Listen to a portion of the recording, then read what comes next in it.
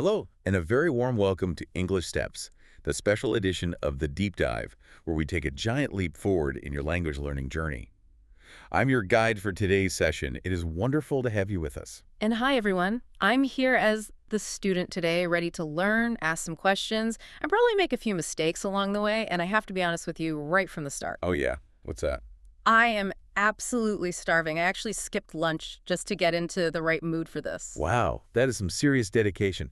But you know, it's perfect because you're right to be hungry. Today we're tackling a situation that can make even confident English speakers a little bit nervous. Let me guess. It involves food. It involves food, it involves money, and a little bit of social pressure. It's the restaurant, isn't it? It is the restaurant. Today is all about mastering the menu, how to eat out in English. We are going to break down all the essential steps so that you and all of our listeners can walk into any restaurant, order a fantastic meal, and pay the bill with zero stress. Okay, I need this. Because honestly, the worst feeling is when you're hungry, but you're also too scared to ask for what you want. It's this, specific kind of anxiety. Oh, I know exactly what you mean. I remember one time I was in a restaurant in London. This was ages ago. All I wanted was a glass of water, just tap water. But I was so worried about, saying it wrong or sounding rude. So what did you do? I just sat there, thirsty for the entire meal. It was awful. I ended up drinking the little bit of water from the melted ice in my starter. No, that is a tragedy. But you've hit on the exact problem we're solving today. Yeah. It's not just about knowing the words. Anyone can look up water in a dictionary. It's about the etiquette. Etiquette. That's a good word. It's all the unspoken rules, isn't it? The rules of polite behavior. The stress doesn't come from the food. It comes from not knowing how to book a table or how to ask for something without sounding demanding or what to do at the end with the bill. Exactly. It's those little moments where you feel awkward and you just don't want to be that person waving their hands around trying to get attention. So, what's our mission? How are we going to fix my restaurant anxiety? Our mission is simple. We're going to master 3 steps.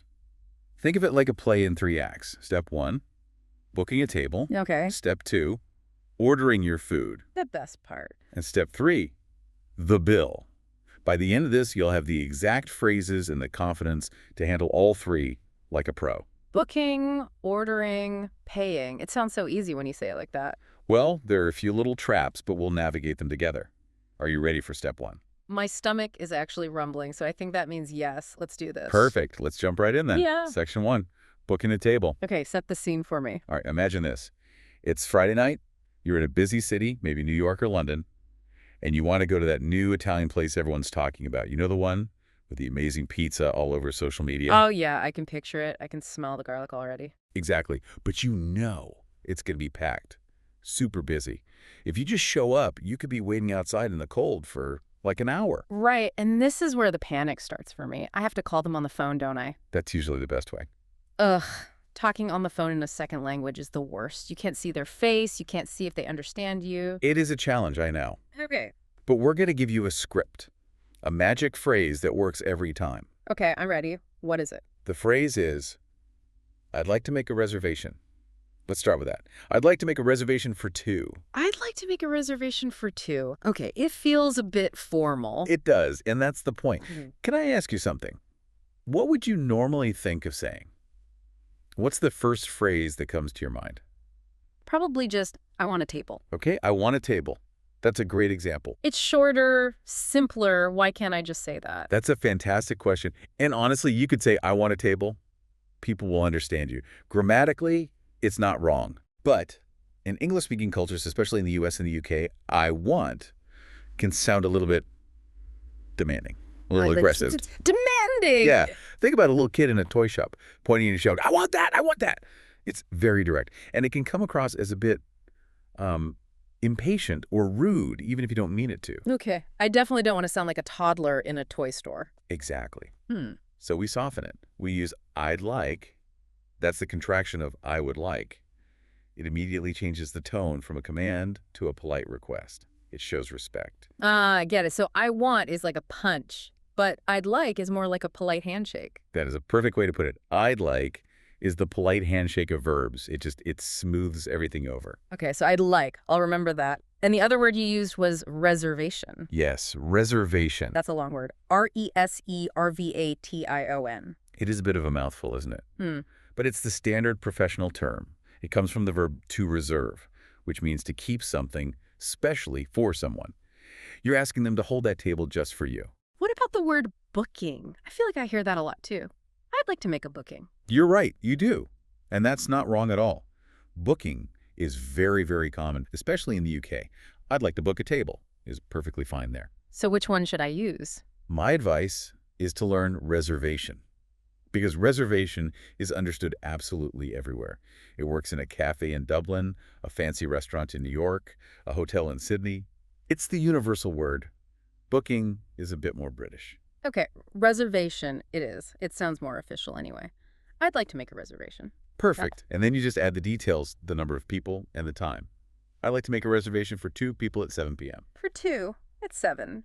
Simple enough. Now, what if you're not that organized? Sometimes life happens. That is me most of the time. I'm usually just wandering around the street, I see a place that looks good, and I decide I want to eat there right now. Right. You don't have a reservation. This is a very common situation.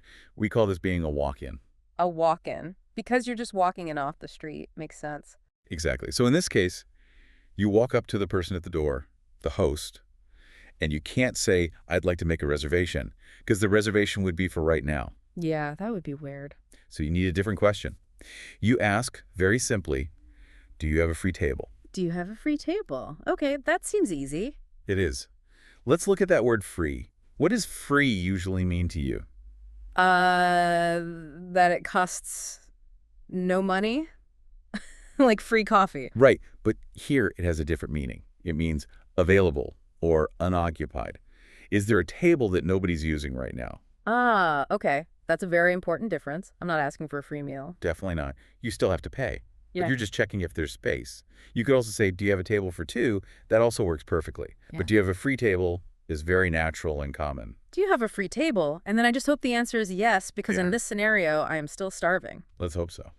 Okay, I think it's time to put this into practice. Let's do a little role play. All right, I'm ready. I'm the host at a very popular, very busy restaurant called the Golden Spoon. I'm standing at the door with a clipboard. I look a little stressed.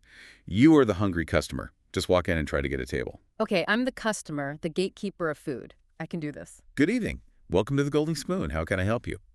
Good evening. I'd like to make a reservation for 2, please. A reservation for tonight? Yes, for tonight. Oh, I'm so sorry, sir. I'm afraid we are completely full for reservations this evening. We're fully booked. Okay. Well, do you have a free table right now? Maybe just a small one? Let me just have a look at my list. Just a moment. Just a moment. You know what? It looks like a table just canceled. Yes, we do have one free table right over by the window. Follow me this way. Yes. Success. I got the table. You did. That was brilliant. I have to admit, my heart sank a little when you said you were fully booked. I thought that was it. But you recovered perfectly. You didn't just give up and walk away. You immediately switched tactics from making a future reservation to checking for current availability. That was quick thinking. Well, the phrase was fresh in my head. Do you have a free table? It felt really natural to ask. And notice how the tone of the conversation stayed really positive. Because you were polite with, I wanted to help you. If you had walked in and said, I want a table now, I might have just said, no, sorry, and looked back at my clipboard. Politeness is a superpower. I get it now. It really is. Okay, so we've used our superpower. We have our table by the window. We're sitting down. The menus are in our hands. Now for the exciting part. Section 2, ordering food. The main event. But also, have you ever looked at a menu in English? Sometimes they're like a short novel. They can be so overwhelming, especially the descriptions. A julienne of sun-blushed tomatoes resting on a bed of micro-arugula. What does that even mean? Is it a salad? It's a salad. But let's imagine you've figured it out. You've decoded the menu. You know what you want. And now the waiter is walking toward your table, notepad in hand. The moment of truth. The pressure is on. What do I say? Okay, you need a phrase that signals your decision. The gold standard, the most common and natural phrase is, I'll have, followed by what you want. For example, I'll have the steak. I'll have the steak. Okay, let's talk about the grammar. I'll. That's short for I will, right? Exactly. Future simple tense. But why? I always thought for future plans we use going to. Like, I'm going to the cinema tomorrow. Why don't I say I am going to have the steak? That is such a sharp question. You're right, we use going to for pre-made plans. You decided yesterday that you're going to the cinema tomorrow, but at the restaurant, when did you decide you wanted the steak? Right now. Like 10 seconds ago when I looked at the menu. Precisely. It's a spontaneous decision, a decision you are making at the moment of speaking. And for those spontaneous in-the-moment decisions, we almost always use will or, more naturally, the contraction aisle. Oh, that makes so much sense. So I'm going to have the steak. Would sound like I've been planning to eat this specific steak all week. Exactly. It's not grammatically wrong, but it sounds a little strange, a bit stiff. It's just quick, easy, and natural. I'll have the pasta. I'll have the chicken salad. What about other things I hear people say, like, I take the steak? Oh, please try to avoid that one. Why? What's wrong with it? I take sounds a bit like you're reaching across the counter and just taking it, like you're robbing the kitchen. Okay, note to self. Do not sound like a steak thief. And another common one is using the present tense, like I have the steak. Again, it's not quite right for ordering. It sounds more like you're describing a fact or a habit. I have steak for dinner every Friday. Got it. So I'll have is the champion. I'll have the steak. I'll have the fish and chips. I'll have the soup. Perfect. It's the key that unlocks the food. Now, ordering your main dish is one thing, but what about all the other little things you might need during the meal? Right, like more water. Or maybe I drop my fork on the floor. Or I need extra napkins because I'm a messy eater. Exactly. These are all requests. You need to ask for something. And just like with booking, politeness is key. So I probably shouldn't yell, give me water. No, that's that toddler voice coming back again. Give me is a command. We want to ask, not command. So what's the polite way? We use a beautiful little modal verb, could, as in, could we get, or could I have? Could we get? Yes, for example. Excuse me, could we get some water, please? It's so much softer than give me water. It's asking if it's possible for them to help you. I like that. Could we get some bread? Could we have some more napkins? It works for everything. It's like a Swiss Army knife for restaurant requests. Could we see the dessert menu? Could I get another spoon? It's a fantastic phrase to have in your pocket. Okay, could we get? I've got that one. It feels useful for lots of situations, not just restaurants. Totally. Now, there's one more type of interaction that's really important. This one is for asking questions about the food itself. Inquiries. Oh, this is a big one, especially for people with allergies or who are, picky eaters. It can be a matter of health and safety, right? So you need to be able to ask clearly. A very common and useful question is simply, is this spicy? Is this spicy? I definitely need that one. Not a fan of spicy food. Me? Yeah. No. I am terrible with spicy food. My face goes red. I start sweating. It's not a good look, especially on a first date. Then this is a life-saving phrase for you. You point to an item on the menu, maybe something called Diablo chicken, and you ask the waiter, is this spicy? It avoids a very unpleasant surprise later. Is this spicy? Simple and direct, and I guess I can change the last word, right? Is this vegetarian? Absolutely. The structure is this, plus an adjective. Is this gluten-free? Is this very salty? Does this contain nuts? Is another really important one for allergies. Okay, this is great. I feel like I'm building a little toolbox of phrases. That's exactly what it is. You've got your I'll have for decisions, right. Your could we get for requests, and your is this for inquiries. I'm feeling much more confident already. Well, let's test that confidence. It's time for another role play. Bring it on! Okay, I'm your friendly waiter. I've just come to your table. You've decided you want the steak, but on the menu, it says it comes with our volcano sauce. You're also very thirsty. Ready? Good. Ready. Okay. Hello. I think I'm ready to order. Certainly. What can I get for you? I'll have the steak, please. An excellent choice. And that comes with our famous volcano sauce. Right, the volcano sauce. I was wondering about that. Is this spicy? Oh, yes. It's very spicy, sir. We use scorpion peppers. Scorpion peppers. Wow. Okay, that might be too much for me. Is it possible to get the sauce on the side? Absolutely. We can do that for you. Sauce on the side. And would you like anything to drink? Yes, please. Could we get a jug of water for the table? A big one? Of course. So that's one steak with the sauce on the side and a large jug of water. I'll get that right in for you. Thank you. Phew. I survived. You did more than survive. That was flawless. I almost panicked when you said scorpion peppers. My mouth started watering in a bad way. But look what you did. You used, is this spicy to check the details? And you used, could we get for the water? And you even came up with an advanced phrase, can I get the sauce on the side? On the side, that's a good one to know. It means don't put it on my food, put it in a separate little bowl. Exactly. It gives you all the control. You managed that whole situation perfectly. You sounded like a native speaker. Wow, it really just comes down to knowing the right tool for the job. It really does. Now, you've handled that so well.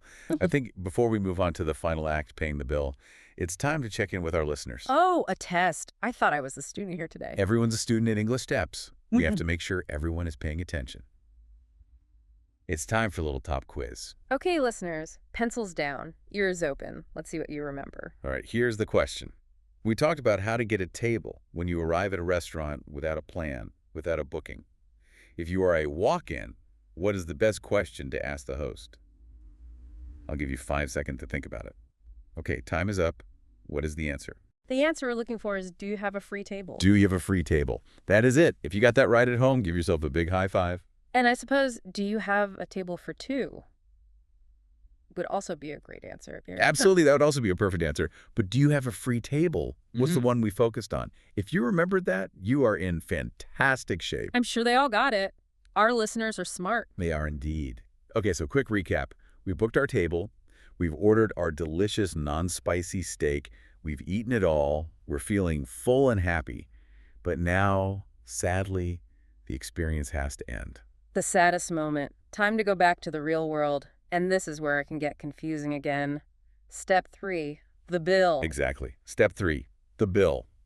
And this is where a little bit of geographical knowledge comes in handy. What do you mean geographical? Like north and south? Sort of. I mean, U.S. English versus U.K. English. There's a really important vocabulary difference here that can trip people up. Okay, I'm listening. This is important. Let's start with the U.S. You're in New York. You've finished your burger and fries. You want to pay. You need to ask for the piece of paper with a total cost on it.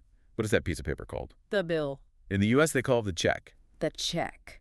C-H-E-C-K. Like to check your work. Exactly that spelling. Yeah. So to get the waiter's attention, you make eye contact and say, check, please. Check, please. Shortened to the point. It is. You can also say, could we have the check, please? Yeah. To be a bit more formal. But check, please, is perfectly polite and very common. Okay, so check in America. What about in the UK? I'm in London. I've finished my fish and chips. In the UK and in many other parts of the world, like Australia and Ireland, you ask for the bill. A bill. B-I-L-L. Like the name. Just like the name. So there, you'd say, bill, please, or could we have the bill, please? Okay, so if I'm in London and I say, check, please, what happens? Will they just stare at me, confused? They will almost certainly understand you. American culture, movies, TV shows, they're everywhere, so they'll know what you mean. But I sense a but coming. But they will also know immediately that you're a tourist, which is fine. But if your goal is to blend in and sound like a local, using the right word bill in the UK, check in the US is a small detail that makes a big difference. I want to be a language chameleon, so I'll adapt. Check for New York, bill for London. Got it. Excellent. Now, once the check or the bill actually arrives at your table, another social situation begins. Oh, no. Imagine you're out with a group of friends. You just had a small salad and a water. Your friend had the expensive lobster, 2 desserts, and 3 cocktails. I need to get new friends. Oh, the bill comes. And it's one huge number. It's not fair for you to pay half, is it? No way. This is always such an awkward moment, the who owes what conversation. Is there a phrase to solve this? There is a beautiful problem-solving phrase. You just say to the waiter, can we split the bill? Split the bill. To split, like to divide something into pieces. Precisely. You're asking to divide the payment. And you can usually do this in 2 ways. You can split it evenly, say 50-50 between 2 people, or you can tell the waiter what each person had, and they will charge you separately. Can we pay separately? Is that the same thing? Can we pay? Yeah. That works perfectly, too. Split the bill is just a very common idiomatic way to say it. Is this a normal thing to do? In some cultures, it's considered a bit rude to not have one person pay for everyone. In the U.S., U.K., and many other Western countries, it is extremely common and normal, especially with friends. For a business lunch or maybe a romantic date, one person might pay. But with friends, splitting is standard practice. It prevents so many arguments. Okay, I love this phrase. Can we split the bill? It's so direct and solves the problem instantly. It really does. Now, there is one final and maybe the most important part of this whole payment process. It's a topic that causes so much confusion and stress for travelers. I think I know what it is. Is it? Tipping. It is tipping. The tip? The extra money you leave for the service. Exactly. The tip, or sometimes called a gratuity, is a small amount of money you give to the waiter to say thank you for their service. But the rules for this are completely different depending on where you are. Okay, I need to know this. I don't want to be rude. Right. Let's start with the U.S. again.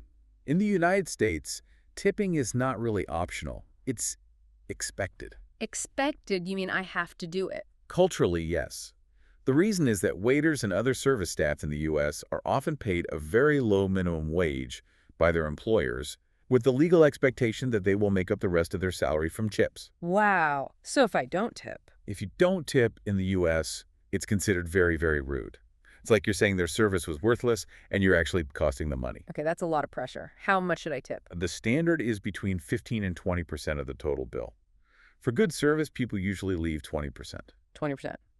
I'm going to need a calculator. Many people do. It's just part of the cost of eating out there. Now, in the UK and most of Europe, it's very different. Here, waiters are paid a full minimum wage, so tips are truly a bonus. An extra thank you for excellent service. It's nice to do, but it's not expected in the same way. So if the service was just okay, I don't have to leave a tip. You don't, and nobody will be angry with you. Yeah. If the service was good, people might leave about 10%, or they might just round up the bill. Say, if the bill is £46, they might just leave 50. Okay, that's a huge cultural difference to be aware of. It really is. The important thing is to know the word tip. So when you see it on the receipt, you know what it means. Right. Sometimes there's a line on the credit card slip that says tip or gratuity. Yes, and that's where you can write in the amount if you're paying by card. But be careful. Sometimes, especially for large groups, a service charge is already included in the bill. You should always check for that. So you don't tip twice. Exactly. Okay, I think we have all our tools for this final step. Ready for one last role play. Let's do it. I'm feeling confident now. Great. So the meal was wonderful. You're ready to leave. I'm the waiter, just coming to clear your last plates. Clears throat. Excuse me. Yes. Was everything to your liking? It was wonderful. Thank you. Really delicious. Could we have the bill, please? Of course. I'll be right back with that for you. Here you are. Thank you. Oh, actually, would it be possible to split this between the two of us? Not a problem at all. Yeah. Do you want to split it evenly, 50-50? Yes, 50-50 would be perfect. Thanks. Okay. I can take payment whenever you're ready. Great. And just to check, is service included in this? No, it is not included on the bill. Okay, perfect. I'll just add a tip on the card then. Oh, thank you very much. I appreciate that. And scene! I did it! I split the bill, I asked about service, I tipped. I feel like a professional. You were a total pro. That was perfect. You asked all the right questions, used all the key phrases. You've officially graduated from the English Steps restaurant course. It feels good. It's amazing how just a few phrases can make such a big difference. It takes all the fear away. Preparation is everything. You don't need to be fluent to have a successful conversation. You just need the right tools for that specific situation. Like scripts for real life. Exactly. And speaking of being prepared for more real-life situations, if you're enjoying this deep dive, we want to make sure you're prepared for all our future lessons. That's right. We are just getting started here, so please don't forget to subscribe to English Steps on whatever platform you're using to listen. We've got so many more topics coming up. We're going to cover things like making small talk, navigating an airport, handling a job interview, all the situations where you need specific phrases to feel confident. Subscribing is the best way to make sure you don't miss any of it. It helps you learn more cool phrases, just like the ones we learned today. Absolutely. Yeah. I'd like, instead of I want. Knowing bill versus check, these are the little things that make a big impact. Totally. So hit that subscribe or follow button so you can keep learning with us. Well said. Okay, before we sign off, let's do a super fast lightning recap of today's 3 steps. Let's do it. Step 1, booking a table. If you're calling ahead, you say. I'd like to make a reservation. And if you're a walk-in. Do you have a free table? Perfect. Step 2, ordering food. To say what you want, you say. I'll have the steak. To ask for something extra. Could we get some water? And to ask about the food. Is this spicy? Or, my personal favorite, can I get the sauce on the side? The expert move. And finally, step 3, the bill. In the U.S., you ask for the kniff. Yeah. They're in the U.K. Bill. And if you're with friends, don't be afraid to. Split the bill. You've got it. It's all there. I'm actually getting hungry again just talking about this. Me too. I think I need to go find a restaurant and practice my new But skills. before you do, we have one final question for all you listening. We spend this whole time talking about restaurants and eating out. But that's not the only way to eat, of course. Some people are amazing cooks and love being in their own kitchen. So our question for you is this. Do you prefer cooking at home or eating out? Ooh, that's a tough one. Eating out is a treat, no dishes to wash. But cooking at home can be so relaxing and, much cheaper. It's a great question to think about, and a great chance for you to practice your English. Try to answer it out loud. I prefer eating out because, or I think cooking at home is better because. A perfect piece of homework. Thank you so much for joining us on this edition of the Deep Dive English Steps. And thank you from me, too. Keep practicing, and as they say, bon appétit. Goodbye, everyone. Bye for now.